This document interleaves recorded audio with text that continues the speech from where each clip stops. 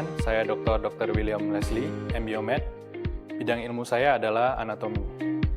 Saya mengampu mata kuliah organisasi tubuh manusia dan sistem integumen pada program studi pendidikan dokter, Fakultas Kedokteran dan Ilmu Kesehatan Universitas Adiwangsa Jambi. Mata kuliah ini dirancang untuk memberikan pemahaman mendalam mengenai konsep dasar pengenalan tubuh manusia, susunan kimiawi, biologi, dan transport sel dari berbagai jenis jaringan tubuh, hingga struktur dan fisiologi sistem integumen. Untuk mencapai capaian pembelajaran mata kuliah secara optimal, metode pembelajaran yang saya terapkan berpusat pada mahasiswa dengan mengkombinasikan kuliah interaktif dan diskusi serta menerapkan metode pembelajaran berbasis masalah. Untuk memastikan evaluasi kemampuan mahasiswa berjalan dengan baik, saya secara berkala memberikan studi kasus, pretest, dan posttest, serta menyelenggarakan ujian sesuai dengan rencana pembelajaran semester yang telah disusun. Secara khusus, dalam pembelajaran ini kita akan fokus membahas submateri spesifik, yaitu anatomi sistem rangka atau osteologi. Saya akan membahas secara mendalam tentang definisi dan klasifikasi tulang, fungsi dan struktur tulang, dan pembagian sistem rangka manusia. Berikut saya menampilkan pernyataan dosen dalam bidang pengajaran. Selamat siang adik-adik semua.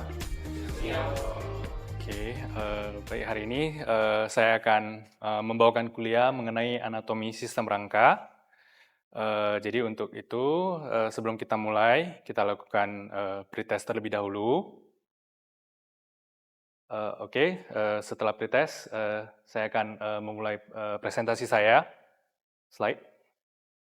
Jadi definisi dari osteologi. Jadi apa itu osteologi?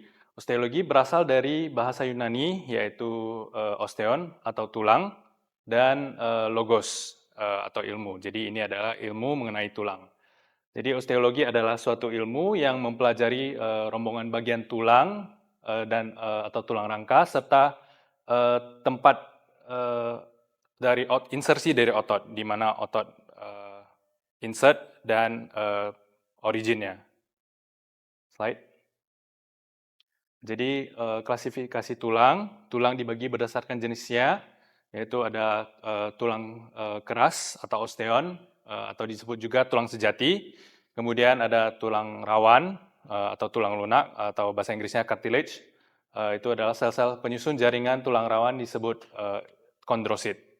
Kemudian berdasarkan bentuk dan lokasinya, tulang juga diklasifikasikan dari bentuk dan lokasinya, yaitu tulang panjang atau long bone, tulang pendek short bone, tulang ceper flat bone, kemudian tulang tak berbentuk irregular bones, dan tulang berongga os pneumaticum, dan tulang persendian os sesamoid. Slide.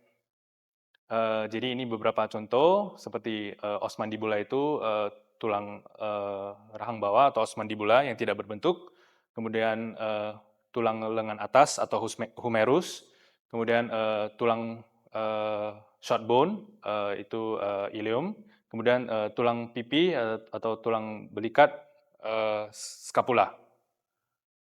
Next.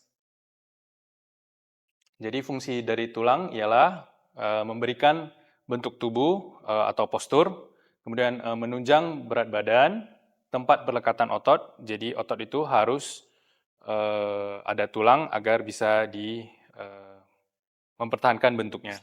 Kemudian melindungi organ tubuh sebagai pergerakan untuk movement, kemudian membentuk sel-sel darah di sumsum tulang, kemudian deposit dari nutrisi seperti kalsium, potasium, dan magnesium. Slide. Kemudian struktur tulang manusia itu sangat keras dan warnanya agak kuning kemerahan. Jadi tergantung dari warna tulang kita dibentuk dari substance yang ada di dalam tulang. Kemudian tulang terdiri dari substansia osea atau bone substance, itu periosteum, substansia compacta, dan substansia spongiosa. Kemudian sumsum tulang atau bone marrow, ada itu sumsum tulang belakang yang di vertebrae, kemudian medulla osseum, bone marrow. Slide.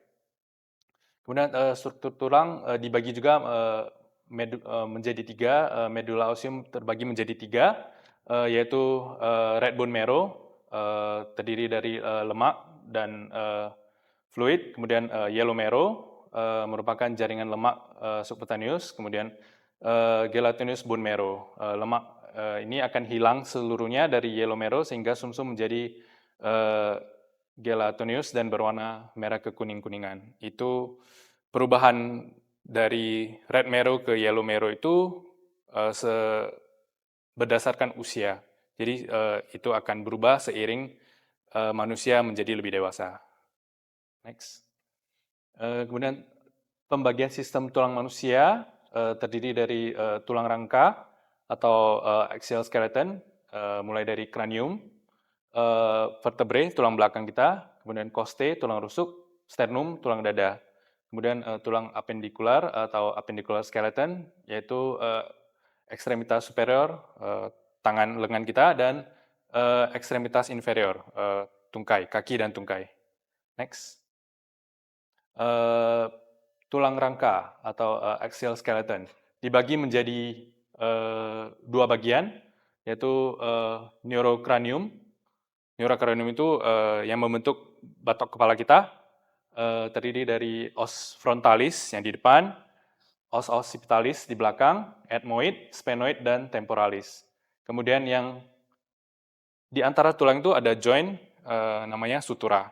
Sutura itu saat kita masih kecil dia akan terbuka, mungkin ada yang pernah lihat CT scan, jadi seperti tulangnya tidak menyatu, tapi itu adalah sutura. Jadi itu saat kecil itu sangat normal jika terbuka, dia itu untuk memediasi perkembangan otak. Jadi otak kita bisa tumbuh besar dan tidak terhambat oleh tulang. Tapi ada patologisnya di mana sutura fuse terlalu awal, itu namanya craniositosis, nanti di sesi lain mungkin. Kemudian ada facial bone, jadi ada os zygomatic, os lacrimalis, os nasalis, os vomer, kemudian concha nasalis inferior, palatinum, maxilla, dan mandibula, sesuai gambar yang tercantum. Next. Mungkin sampai di sini ada yang mau bertanya? Ya, silakan Michael. Izin bertanya dok, untuk evaluasi tulang-tulang, apa modalitas radiologi yang paling baik? Oke. Terima kasih Michael. Jadi untuk menjawab itu, modalitas yang paling baik untuk evaluasi tulang adalah CT scan. CT scan itu sangat superior, sangat bagus untuk menilai tulang-tulang, kemudian darah juga. Tapi perlu kita ketahui jika misalkan nanti Michael sudah menjadi dokter, pada saat emergency kita harus tetap kembali pada X-ray konvensional. Kenapa? Karena X-ray konvensional itu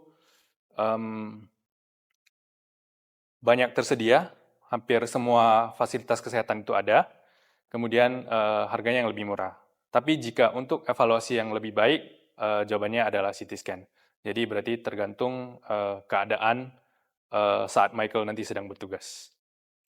Oke, baik, saya lanjut.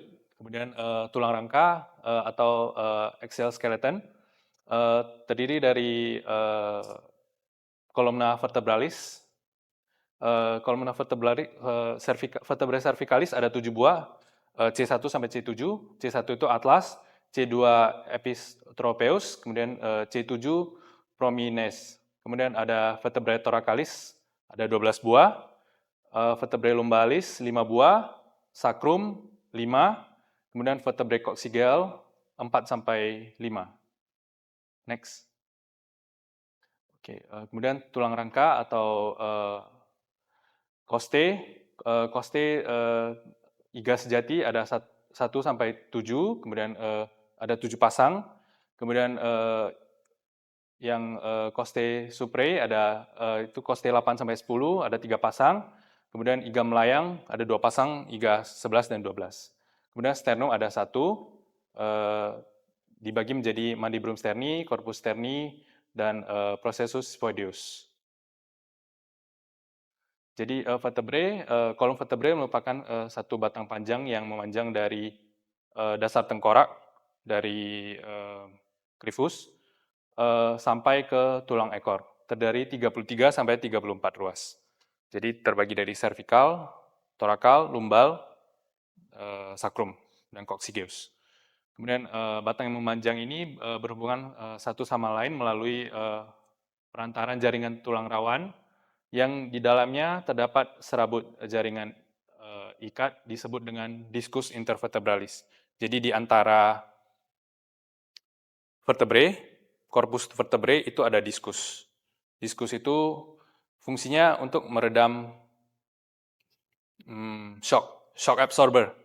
Jadi mungkin saat usia kalian sekarang saat ini masih muda itu tidak ada keluhan, tapi kalau kita lihat orang-orang yang lebih tua itu biasanya ada keluhan LBP, sering dengar lah LBP ya. Itu LBP itu paling sering akibat discus intervertebralis yang rupture. Jadi dia menekan spinal cord, ya benar. Kemudian menekan spinal cord dan menekan nervus perifer. Jadi ada radicular pain. Next.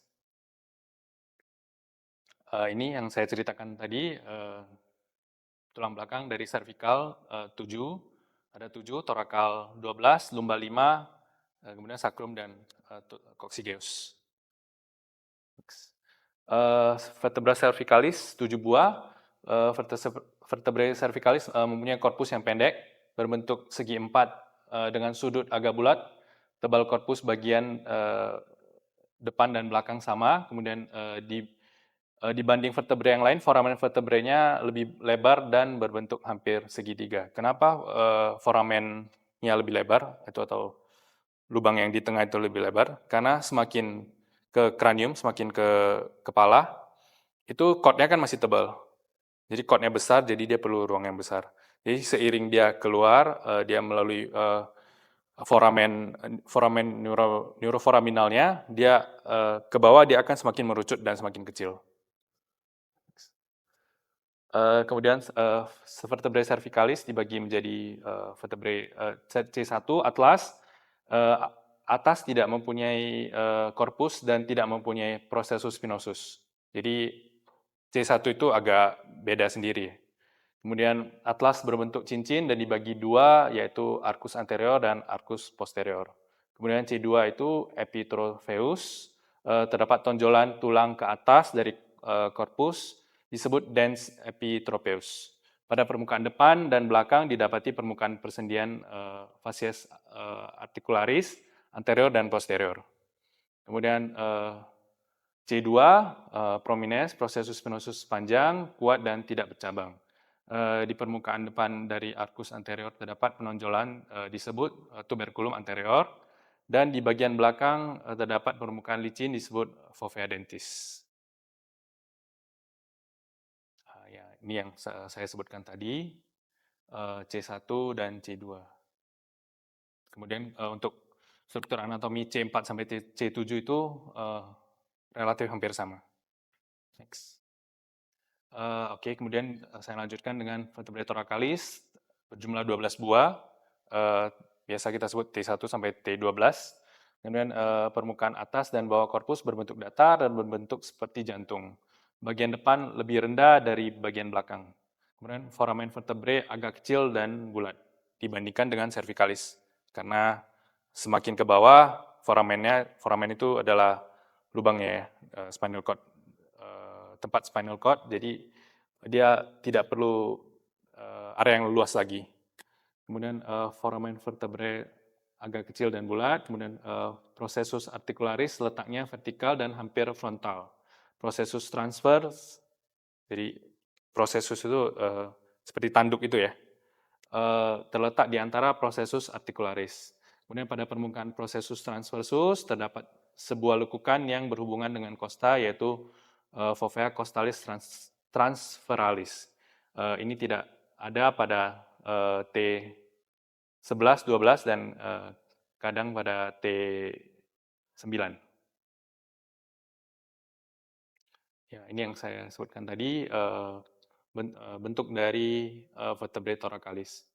Kemudian yang angka 7 itu yang paling sering dievaluasi karena itu tempatnya keluar, itu namanya foramen foraminal. Itu yang paling sering di jawaban yang diinginkan dari radiologi oleh neurologi. Karena yang menyebabkan kebas, nyeri,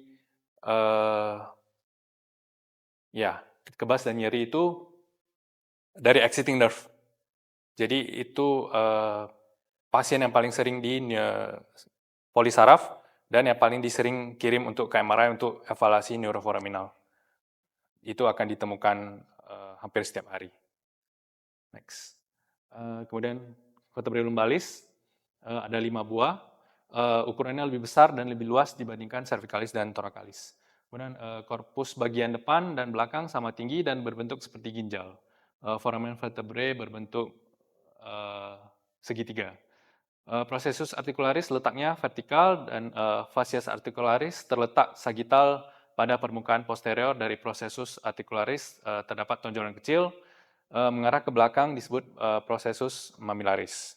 Kemudian processus spinosus berbentuk gepeng mengarah ke belakang dan processus transverse menonjol di depan dari processus articularis superior. Jadi ini yang saya sebutkan tadi, itu ada processus spinosusnya, kemudian ini juga ada neuroforaminal. Jadi dari semua vertebrae itu pasti ada neuroforaminalnya, ada neuroforaminal, ada facet joint. Next. Kemudian vertebrae sacrum. Sacrum merupakan bagian dari 5 buah vertebrae sacralis, terletak di bawah lumbal dan merupakan dinding belakang dari pelvis. Jadi sacrum itu membentuk os pelvis. Kemudian os sacrum merupakan tulang belakang paling besar dan paling lebar, bentuknya seperti baji. Bagian atas yang lebar disebut dengan basis dan bagian bawah yang lancip disebut apex. Bagian bawah dari sacrum disebut apex ossis sacri. Dan permukaan depan inferior disebut fascies pelvina dan yang cekung dan menghadap ke dalam pelvis. Di tengah-tengahnya terdapat 4 garis berjalan transvers disebut linea transveralis. Kemudian di sebelah lateral terdapat 4 lubang yang disebut foramina sacralia anterior yang akan mengarah ke satu kanal disebut canalis sacralis. Kemudian vertebrae coccygeus adalah tulang paling akhir dari kolom vertebrae, merupakan tulang kecil berbentuk segitiga, terdiri dari 4-5 tulang yang bersatu pada vertebrae paling ujung. Dan kalau tulang-tulang ini dihubungkan satu sama lain, tidak merupakan satu garis lurus, malah terdapat lengkungan. Kemudian lengkungan ke depan lordosis, lengkungan ke belakang kifosis, kanan kiri skoliosis. Kemudian pada anak yang baru lahir terdapat 2 buah kifosis yaitu thoracalis dan sacralis yang sama-sama kita ketahui ya. Toraks itu lebih mencekung. Kemudian lengkungan ini disebut curvatura primea dan setelah dewasa timbul curvatura sekundaria. Ya, ini sacrum dan coccyx.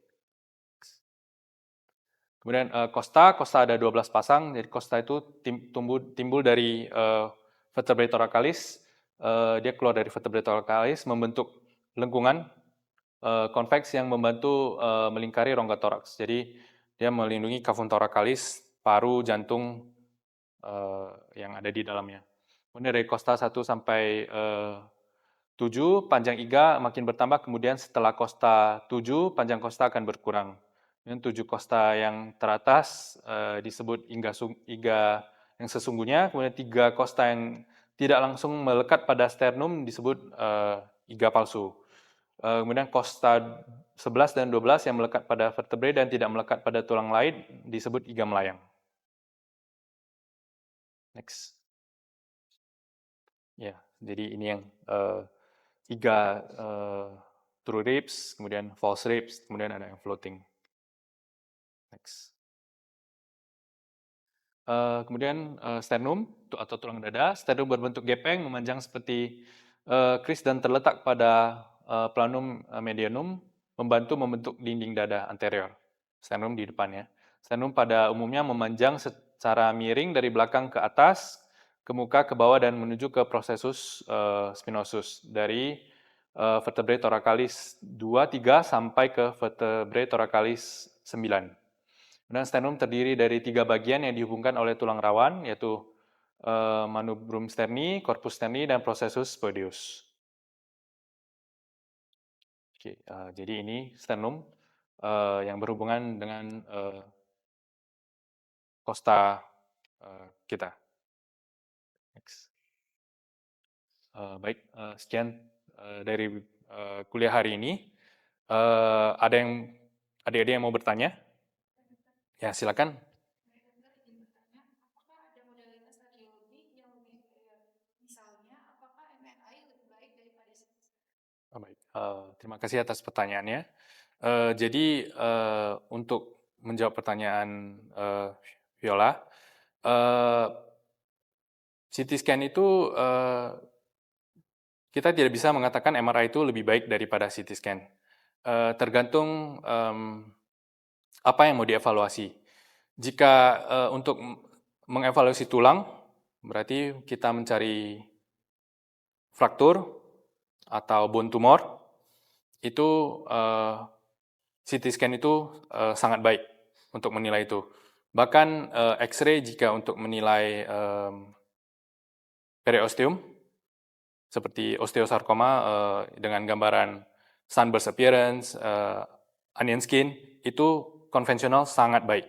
Jadi kita harus memadukan semua modalitas. Tapi MRI itu sangat unggul untuk menilai soft tissue, seperti diskus intervertebralis, kita itu hanya bisa dinilai di MRI, kemudian otot, ligamen, dan otot, ligamen, dan tendon itu sangat baik dinilai di MRI, bahkan mungkin hanya bisa dinilai di MRI atau USG. Tapi USG masih tidak seunggul MRI. Oke, mungkin itu. Apakah penjelasan saya jelas? Oke, baik. Setelah ini kita lanjutkan dengan post test. Oke, sekian dari kuliah hari ini. Saya ucapkan terima kasih. Untuk memastikan evaluasi kemampuan mahasiswa berjalan dengan baik, saya secara berkala memberikan studi kasus, pretest, dan post-test serta menyelenggarakan ujian sesuai dengan rencana pembelajaran semester yang telah disusun.